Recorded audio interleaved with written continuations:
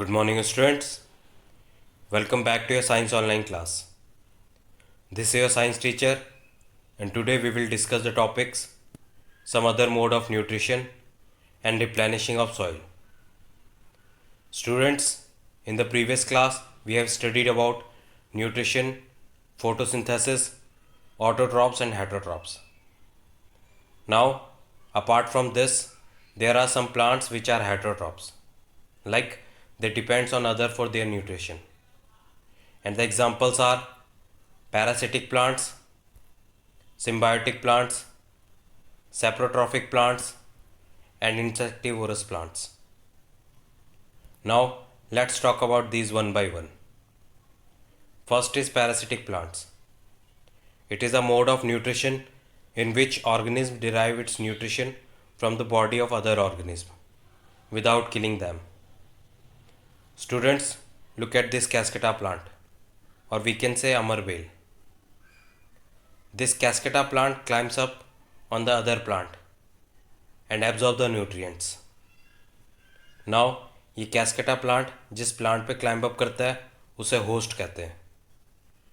कैस्केटा जो एब्जॉर्ब करता है उसे पैरासाइट कहते हैं. It enters in the stem something like this and absorb nutrition and grow. Students, look at this picture.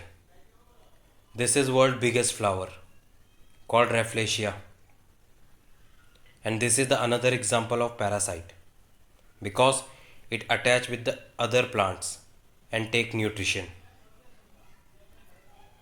Now, students, this mushroom is a kind of fungus.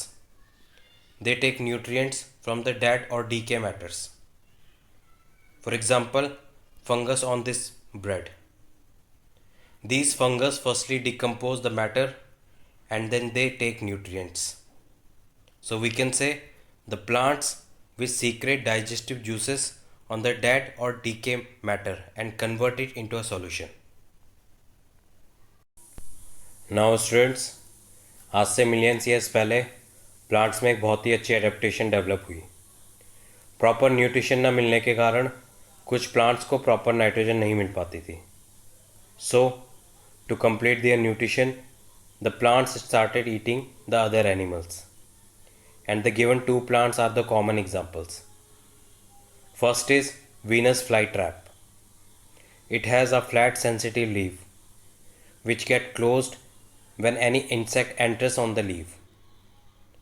Then these leaf does not open until it digests the insects. Second example is this pitcher plant. It has a lid and mouth. Insect इसकी mouth की तरफ attract होते हैं. After entering in the mouth, insect fall inside and it started digesting the insect with the help of digestive juices. These types of plants are called insectivorous plants, or we can say carnivorous plants. Now, apart from insectivorous plants, some organisms live together and share shelter and nutrients. This is symbiotic relationship. For example, this leguminous plant. It requires nitrogen and bacteria fulfill this requirement. In the exchange, bacteria live on the roots of these leguminous plants. Example is rhizobium. In the same way, this lichen is made up of algae plus fungus. Fungus provide water, nutrients and shelter to the algae. And in exchange, algae synthesize the food and prepare to fungus. These plants having the symbiotic relationship, and these are called symbiotic plants. Last topic is replenishing of soil.